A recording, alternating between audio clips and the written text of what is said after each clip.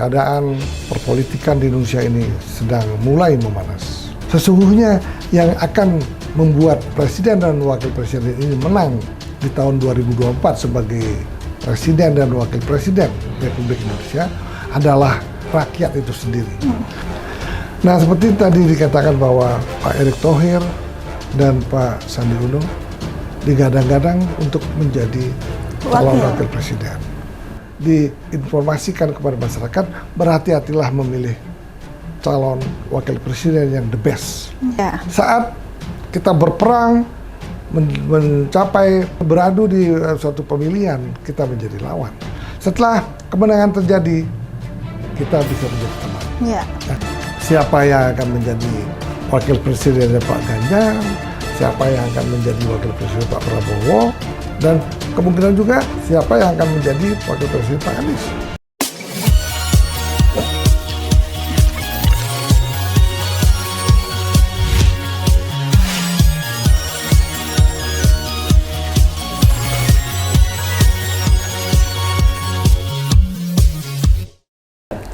Halo semuanya, selamat sore. Kembali lagi di channel Mister Puisi. Tepuk tangan. Nah, teman-teman semuanya, kali ini kita akan kembali membahas mengenai perkembangan politik di Indonesia. Seperti yang kita tahu bahwa saat ini politik di Indonesia sedang memanas-manasnya karena mengingat pemilihan presiden tahun 2024 sudah semakin dekat. Nah, banyak sekali berita-berita yang membahas mengenai politik, khususnya mengenai tentang pemilihan ini. Dan kali ini kita akan membahas mengenai berita politik yang sedang ramai, yaitu pemilihan wakil presiden yang sampai saat ini pun belum diketahui siapakah yang akan menjadi calon wakil presiden tahun 2024. Nah, ada dua nama yang sangat junjung oleh para pemirsa, bahkan para masyarakat Indonesia itu lagi ramai sekali pembicaranya, yaitu Bapak Sandiaga Uno dan juga Bapak Erick Thohir. Nah, kedua nama tersebut terkenal merupakan teman dekat yang bahkan sudah bersahabat itu dari SD sampai dengan berkuliah di Amerika. Nah, untuk itu mari kita bahas bersama Mister Puisi. Mister Puisi, bagaimana kabarnya hari ini? Kabar baik, terima kasih. Kita selalu lancar. Podcast Mister Puisi ini juga selalu menginformasikan berita-berita yang baik, ya, terutama di berita-berita dibilang politik, di mana kita tahu bahwa keadaan perpolitikan di Indonesia ini sedang mulai memanas. Kemudian banyak wakil presiden yang digadang-gadang untuk didekati, sehingga calon presiden yang akan datang mendapatkan calon wakil presiden yang sangat memungkinkan untuk mereka menang. Karena kita tahu bahwa kemenangan daripada pemilihan presiden ini sesungguhnya tidak serta-merta diakibatkan oleh berapa banyak jumlah partai pengusung seorang calon presiden. Sesungguhnya yang akan membuat presiden dan wakil presiden ini menang di tahun 2024 sebagai presiden dan wakil presiden Republik Indonesia adalah rakyat itu sendiri. Makanya yang akan bisa memenangkan untuk pemilihan presiden adalah popularitas daripada calon presiden sendiri maupun calon wakil presiden itu sendiri. Nah, karena variabel calon wakil presiden inilah yang sangat menentukan bagi kemenangan presiden yang akan datang. Kenapa? Karena kita lihat bahwa margin daripada ketiga calon presiden yang saat ini sangat mendapatkan ranking yang paling tinggi, yaitu Bapak Prabowo, Bapak Ganjar, dan Bapak Anies itu sendiri, marginnya sangat tipis. Nah, maka untuk itulah dibutuhkan calon wakil presiden yang sangat populer dan elektabilitasnya cukup tinggi. Ya. Nah, nantinya kita lihat pengalaman yang lama-lama ya. bahwa dulu Bapak SBY itu bisa memenangkan pemilihan presiden. Padahal waktu itu beliau ini digusung oleh 1-2 partai saja. Kemudian lawannya banyak partai.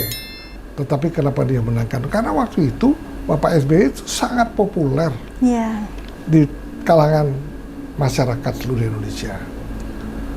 Nah, itulah dikatakan bahwa rakyatlah pemegang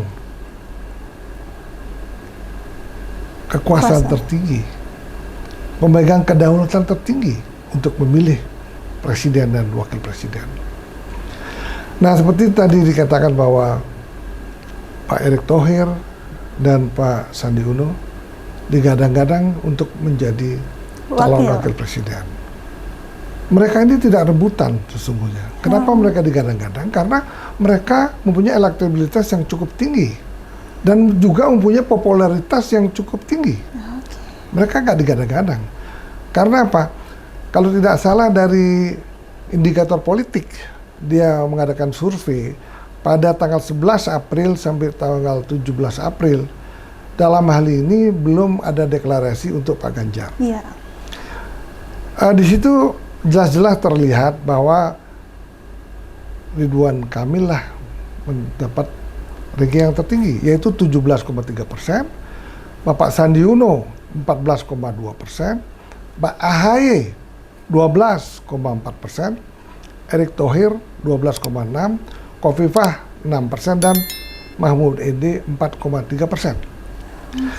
Kemudian ada lagi dari Poltreking yang juga membuat survei juga dengan sistem tatap muka, di mana pada saat itu bulan Februari sampai April, juga sebelum Ganjar deklarasi.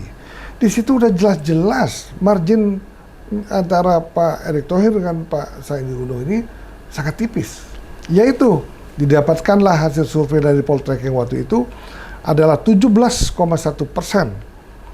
untuk Pak Erick Thohir, 15,5% untuk Bapak Sandi Uno, dan justru Ridwan Kamil turun menjadi 13,5%. Nah, inilah dinamika elektoral daripada calon wakil presiden. Ini sangat cair, sangat bisa ada perubahan dalam menit ke menit, dalam bulan ke bulan. Akan menjadi perubahan besar, karena inilah yang akan diinformasikan kepada masyarakat. Berhati-hatilah memilih calon wakil presiden yang the best. Nah, kita lihat walaupun ini Pak Erick Thohir dengan Pak Sandi Uno itu berteman, tetapi dalam politik tidak ada teman dan tidak ada lawan. Saat kita berperang mencapai beradu di suatu pemilihan, kita menjadi lawan. Setelah kemenangan terjadi, kita bisa menjadi teman. Nah, itulah politik yang saat ini ada di Indonesia. Nah, Mr. Puisi, tadi kan ada satu kata kutipan yang saya ambil dari perkataan Mr. Puisi bahwa sebenarnya ini tidak berebut begitu. Nah, dari kata-kata tersebut Mr. Puisi, tapi banyak sekali nih Mr. Puisi yang mengatakan itu berebut. Kenapa begitu? Karena kan dari Mr. Puisi sendiri mengatakan tidak, tapi dari kebanyakan berita itu mengatakan mereka berebut begitu. Tidak berebut, karena justru kedua calon presiden ini tenang-tenang saja. Karena survei yang dilakukan oleh Lembaga Survei Indonesia itu perbedaannya sangat tipis dan sangat kuat. Apakah survei itu membuktikan, Mr. Puisi? Iya, karena sangat tipis, kemudian beliau inilah kedua-duanya mempunyai elektabilitas yang cukup tinggi, aksesibilitas juga cukup tinggi, dan logistik juga cukup mumpuni.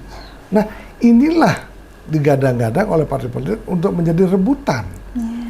Siapa yang akan menjadi wakil presidennya Pak Ganjar, siapa yang akan menjadi wakil presiden Pak Prabowo, dan kemungkinan juga siapa yang akan menjadi wakil presiden Pak Anies. Nah, di situ kita lihat tadi bahwa ternyata indikator politik itu surveinya Pak Anies itu nomor 3. Coba, ya inilah kemungkinan besar Pak Anies juga dengan survei yang ada ini, kemungkinan juga akan dicalonkan oleh koalisi perubahan untuk menjadi wakil presidennya Pak Anies. Nah, kemungkinan yang antara Sandi Uno dan Erick Thohir inilah yang menjadi rebutan. Yeah. Siapa yang akan menjadi wakil presiden Pak Ganjar, siapa yang akan menjadi wakil presiden Pak Prabowo. Nah, inilah sebetulnya mereka tidak rebutan. Dia menjadi rebutan para koalisi untuk didudukkan menjadi wakil presiden. Yeah. Itu loh. Oke, mungkin karena ada kata teman ya Mr. Puisi, jadi banyak yang mengatakan bahwa Bapak Sandiaga Uno dengan Bapak Erick Thohir ini berebut untuk menjadi wapres. Padahal kalau dari pengamatan Mr. Puisi itu direbut ya Mr. Puisi, bukan berebut begitu. Nah Mr. Puisi, kan banyak juga yang Mr. Puisi katakan tadi bahwa banyak orang-orang yang mengincar nih kedua calon wakil presiden ini. Nah apa sebenarnya keunggulannya begitu Mr. Puisi? Kenapa kedua nama calon ini yang diincar menjadi wakil presiden? Keunggulannya ya dari hasil survei dia, kedua calon presiden ini cukup tinggi. Sudah terlihat ya? Nomor 1 dan nomor 2. Ya kan? Nah itulah yang memungkinkan untuk menjadi calon wakil presiden di 2024. Ya. Di samping itu, untuk pemilihan presiden dan wakil presiden, untuk kampanye itu membutuhkan logistik yang sangat kuat. Seperti kita ketahui, pada waktu Pak Sandi Uno, yang kebetulan saya kenal baik pada saat di HIPMI, beliau ini udah jelas mengatakan waktu mereka menjadi wakil presiden Pak Prabowo saat itu, mereka menghabiskan dana 1 triliun rupiah. Betapa besarnya modal yang akan dikeluarkan untuk kampanye calon presiden 2024 ini. Nah itulah kedua-duanya memungkinkan untuk menjadi rebutan, untuk merebut logistiknya, untuk merebut kredibilitasnya, untuk merebut elektabilitasnya, untuk merebut aksesibilitasnya. Karena dua-duanya mempunyai akses yang sangat kuat dengan Pak Jokowi, mempunyai akses kuat dengan partai-partai politik, mempunyai akses kuat dengan para ulama. Nah, itulah yang akan digadang-gadang akan menjadi wakil presiden di tahun 2024. Ya. Nah, dari kedua nama itu nih Mr. Puisi, siapa kira-kira yang memiliki peluang lebih besar? Nah, tidak mungkin akan tahu siapa kira-kira mempunyai peluang yang paling besar. Tetapi menurut naluri batin yang saya punya, kemungkinan yang akan lebih cepat diusung untuk dipilih menjadi wakil presidennya siapa itu nanti, kemungkinan Pak Erick Thohir. Tetapi Pak Erick Thohir tentunya menunggu approval, persetujuan dari Bapak Presiden sendiri. Karena apa? Karena Pak Erick Thohir saat ini kan menjadi Menteri BUMN. Kemudian beliau ini sangat dekat dengan Presiden Jokowi. Sedangkan Pak Sandi Uno belum tahu siapa yang akan mencalonkan. Karena Pak Sandi Uno sendiri sampai saat ini belum menjadi anggota P3. Nah itulah masalahnya. Ya, nah Mr. Puisi, dari kedua nama ini kan kita sudah tahu yang mana yang menurut Mr. Puisi memiliki peluang lebih besar nih. Nah kalau dicocok-cocokkan dengan calon presidennya, kira-kira menurut Mr. Puisi yang mana yang lebih cocok mendampingi Pak Ganjar dan yang mana yang lebih cocok untuk mendampingi Pak Prabowo? Kalau menurut saya yang lebih cocok mendampingi Pak Prabowo adalah Pak Erick Thohir. Nah, kenapa begitu? Karena tidak mungkin lagi Pak Prabowo akan didampingi oleh Pak Sandi Uno. Karena Pak Sandi Uno sudah keluar dari Gerindra. Kemudian Pak Ganjar ini kemungkinan juga akan didampingi oleh Pak Sandi Uno. ataupun Pak Erick Thohir, nah kita belum tahu. Iya.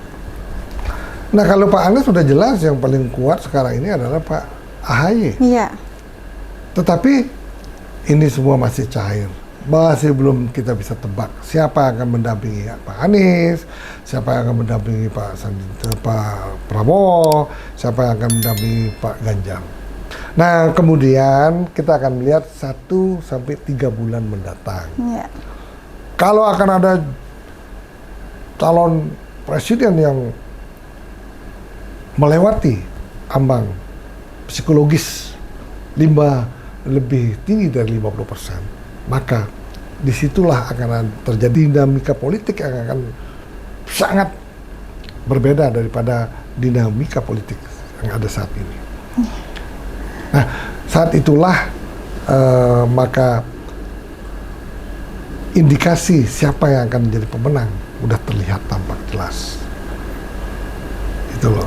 Oke, berarti memang sampai saat ini pun kita masih menunggu waktu ya Mr. Puisi untuk mengetahui siapakah yang akan cocok menjadi wakil presiden dari masing-masing calon presiden tahun 2024 mendatang. Dan untuk 2 nama ini, Bapak Sandiaga Uno dan juga Bapak Erick Thohir, ternyata sesuai yang dijelaskan Mr. Puisi, memang beberapa akun itu menyebutkan bahwa mereka berebut untuk menjadi wakil, padahal pada nyatanya mereka direbutkan, begitu ya Mr. Puisi. Nah, wah sudah banyak nih pembahasan kita hari ini, dan yang pastinya nanti kita akan membahas lagi ya Mr. Puisi mengenai perkembangan politik di Indonesia, karena setiap hari pun akan ada banyak sekali perkembangan politik di Indonesia, apalagi mengingat pemilihan tahun 2024 sudah semakin dekat. Nah, buat teman-teman di rumah, kembali lagi diingatkan bahwa channel Mr. Puisi selalu memberikan informasi yang positif, tidak mengandung hoak, dan yang pastinya tidak memihak siapapun. Jadi jangan lupa like, komen, dan subscribe channel Mr. Puisi. Sampai jumpa kembali. Bye-bye. Tepuk tangan.